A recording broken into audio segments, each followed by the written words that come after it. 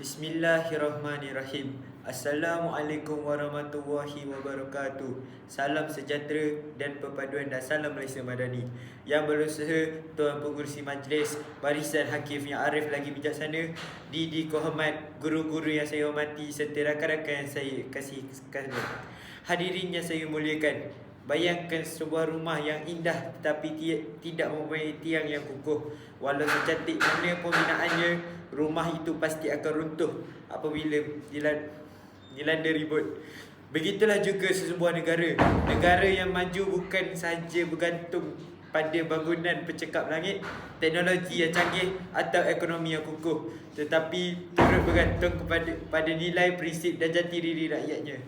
Di sini lahirnya rukun negara, iaitu ideologi kebangsaan yang menjadi panduan hidup seluruh rakyat Malaysia. Rukun negara bukan sekadar lafaz yang dibaca pada setiap perhimpunan sekolah, malah merupakan kompas yang membimbing kita ke arah perpaduan, keharmonian dan kemajuan negara. Daripada 5 prinsip rukun negara, saya ingin mengupas 3 prinsip yang saling mengengkapi, iaitu kepercayaan kepada Tuhan, kesetiaan kepada raja dan negara serta keluhuran perlembagaan. Ketiga-tiga prinsip ini ibarat 3 tiang utama yang menyokong sebuah negara yang aman, adil dan berdaulat. Hadirin yang saya hormati, prinsip pertama ialah kepercayaan kepada Tuhan. Mengapa prinsip ini diletakkan di tempat yang pertama? Jawapannya mudah.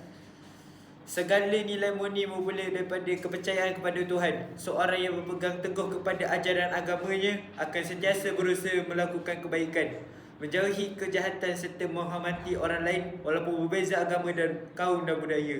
Malaysia ialah sebuah negara yang unik kerana kita terdiri daripada pelbagai kaum dan agama. Walaupun berbeza kepercayaan, kita diajar supaya saling menghormati dan hidup dalam suasana yang harmoni. Inilah kekuatan sebenar negara kita. Sebagai pelajar, penghayatan terhadap prinsip ini boleh dimulakan dengan perkara yang mudah seperti menghormati guru, bercakap dengan benar, membantu rakan tanpa mengira bangsa, menjaga adab serta menghindari perbuatan buli dan fitnah. Mungkin ini nampak kecil, tetapi daripada amalan kecil inilah lahirnya masyarakat yang berakhlak mulia. Hadirin sekalian, prinsip kedua pula ialah kesetiaan kepada raja dan negara. Kesetiaan bukanlah bermaksud taat membuta tuli, tetapi lahir daripada rasa cinta, hormat dan tanggungjawab terhadap tanah air. Malaysia mengenakan sistem raja berkeperlembagaan yang menjadi lambang perpaduan rakyat. Institusi yang di Pertuan Agong dan Raja-Raja Melayu memainkan peranan penting dalam memastikan kestabilan dan kehormatan negara sentiasa dipelihara. Sebagai rakyat Malaysia, kita harus menghormati institusi tersebut serta menghargai jasa para pejuang yang telah berkorban demi negara kita. Andai mereka tidak berjuang satu ketika dahulu, mungkin kita tidak dapat menikmati kehidupan yang aman seperti hari ini. Namun begitu, semangat patriotisme bukan hanya ditunjukkan ketika sambutan Hari Kebangsaan. Semangat itu juga perlu dizahirkan setiap hari melalui tindakan belajar bersungguh-sungguh, menjaga nama baik sekolah, menghormati lambang negara, memelihara harta awam serta mengutamakan perpaduan merupakan bukti bahawa kita benar-benar setia kepada negara. Rakan-rakan sekalian, prinsip yang ketiga yang menjadi pelengkap kepada 2 prinsip tadi ialah keluhuran perlembagaan. Perlembagaan Persekutuan ialah undang-undang tertinggi negara. Semua pihak, sama ada rakyat biasa ataupun pemimpin, tertakluk kepada perlembagaan.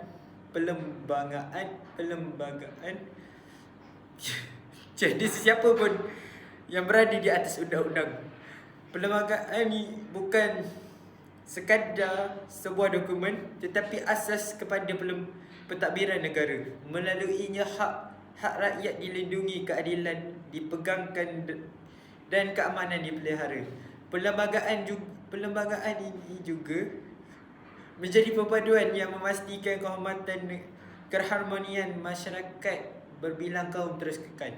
Sebagai generasi muda, kita perlulah memahami bahawa penghormatan perlembagaan bermaksud menghormati undang-undang. Jangan menyebarkan berita palsu, jangan melakukan vandalisme, jangan membuli dan jangan mencetuskan perbalahan yang boleh memecahkan masyarakat. Sebaliknya, jadilah generasi yang beretika, bertanggungjawab dan sentiasa menghormati hak orang lain. Hadirin yang saya hormati, persoalannya, apakah hubungan antara ketiga-tiga prinsip ini? Jawapannya cukup jelas. Kepercayaan kepada Tuhan melahirkan insan yang berakhlak mulia. Kesetiaan kepada raja dan negara melahirkan rakyat yang mencintakan tanah air. Keluaran perlembagaan pula memastikan setiap rakyat hidup dalam suasana yang adil, aman dan teratur.